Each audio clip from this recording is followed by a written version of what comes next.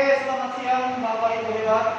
Siang, Pak. Ya, pada saat ini kita akan mulai pembelajaran kita lagi untuk kurikulum SMK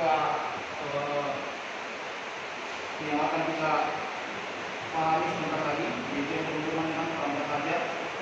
Ya. Sebelumnya saya akan perkenalkan diri, nama saya Sulaiman Joko. Ya, kebetulan saya mengajar produktif seminggu di SMK swasta Semarang Dulu. Ya, yang akan kita pahami saat ini, Bapak Ibu hebat, untuk saat ini kita akan memahami tentang perangkat pajak. Ya. Sebelum-sebelumnya kita mungkin sudah mempelajari berbagai aspek yang mendukung daripada pembelajaran kita untuk ke sana. Jadi kita akan membahas lagi di perangkat pajak. Ya.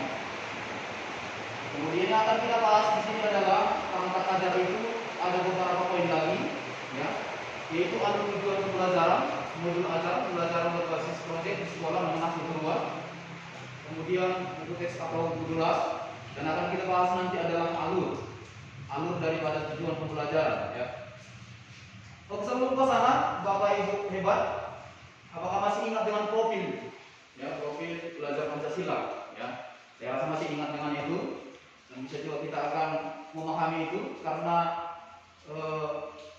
yang akan kita pahami nanti akan berhubungan dengan ini dan akan kita terapkan dalam pembelajaran dan berhubungan dengan profil Pancasila.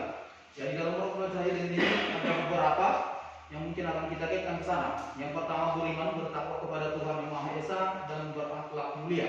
Kemudian mandiri, ya, mandiri, bernalar kritis, berbineka global, bergotong royong dan kreatif. Ya, di dalam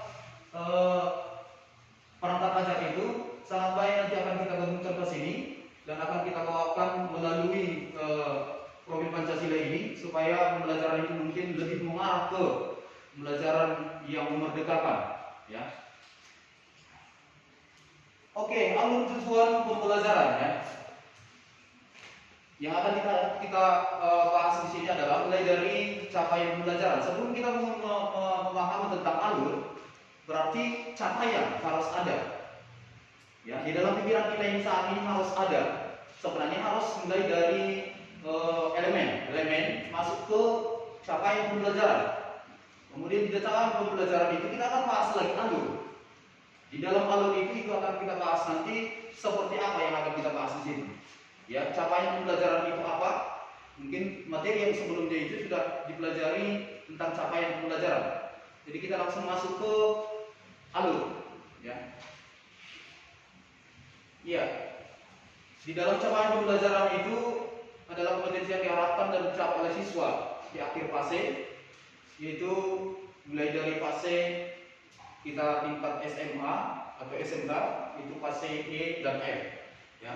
Alur pembelajaran atau AP adalah rangkaian tujuan pembelajaran yang tersusun secara sistematis dan logis di dalam fase secara utuh untuk urutan pembelajaran sejak awal hingga akhir.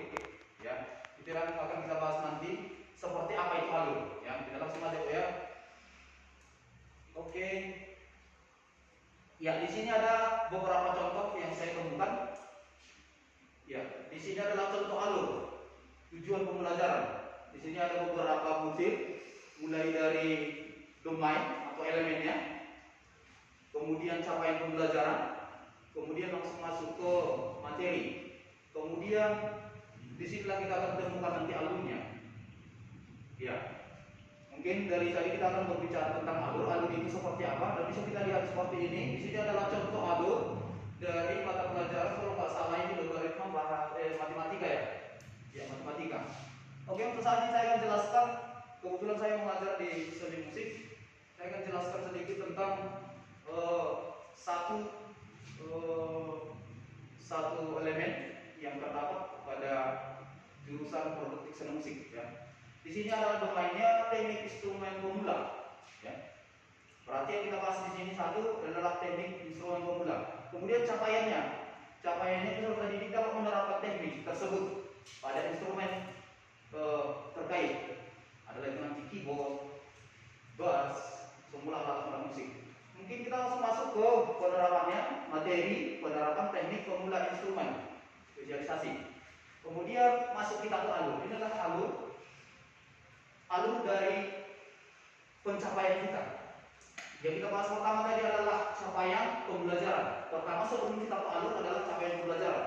Di capaian pembelajaran itu kita harus membuat alurnya. Mungkin seperti ini alurnya, yang termasuk materinya adalah penerapan teknik penggunaan instrumen spesialisasi, instrumen terkait. Berarti langkah-langkah daripada materi ini yang akan kita buat, itulah yang disebut dengan alur. Ya, yang mungkin bisa jelaskan di sini adalah yang pertama, siswa mampu memahami tanda nada dari kunci netral. Berarti sebelum masuk ke teknik instrumen pemula, instrumen terkait, berarti kita harus memahami dulu tanda nada daripada kunci netral atau C. Kemudian siswa dapat memahami jenis-jenis akord. Siswa dapat mendemonstrasikan pencarian instrumen terkait, misalnya piano, gitar, trompet, tuba, gitar bass, dan lain-lain. Kemudian siswa dapat mendemonstrasikan, inilah hasil.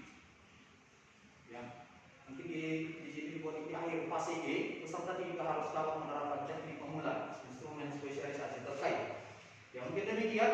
Inilah dia yang disebut sebagai alur daripada tujuan pembelajaran. Ya, mungkin demikian yang bisa saya sampaikan. Apabila ada pertanyaan, kami persilakan Bapak Ibu hebat. Saya Pak. Yuk, silakan Ibu Silvi. Tadi Bapak sudah menjelaskan mengenai alur tujuan pembelajaran dan memberikan contohnya. Yang mau saya tanyakan itu Pak, untuk kurikulum kita saat ini, apa tujuan ATP itu dilakukan? Tujuan dari ATP itu sebenarnya apa gitu, dalam kurikulum yang kita akan kita terapkan saat ini? Iya. Oke, terima kasih Bu Sifombi. Apa tujuannya? Tujuan dari penerapan alur ATP. Ya.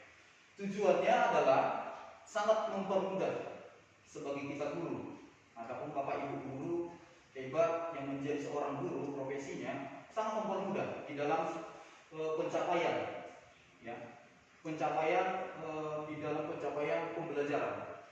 Di dalam tujuan daripada alur ini, kita tidak meraba-raba lagi apa yang akan kita kerjakan dan apa yang akan kita ajarkan di dalam pembelajaran. Misalnya per elemen. Ini per elemen masih ini. Jadi kita masih harus melihat ini juga bisa, tetapi kita harus melihat juga alur sampai di mana. Di setiap alur itu kita harus bisa juga tujuannya, kita harus juga tahu sampai di mana ketercapaian kita mengejarkan. Misalnya saya buatkan di sini, misalnya nomor 1 ketercapaiannya juga harus kita capai di situ seberapa. Kemudian nomor 2 sampai nomor 4 atau ketercapaiannya. Jadi tujuannya mungkin sangat banyak untuk kurikulum kita KUSP. Ya Bu, bisa Bu? Bisa, Oke, Pak. mungkin demikian presentasi dari saya yang berhubungan dengan alur dan tujuan pembelajaran. Oke, yang mungkin di dalam profesi kita sebagai guru ini mungkin sangat-sangat dibutuhkan untuk pendalaman kita sebagai profesi kita untuk pembelajaran untuk kedepannya. Ya, mungkin demikian dari saya. Oke, terima kasih. Selamat siang. Siang, Pak.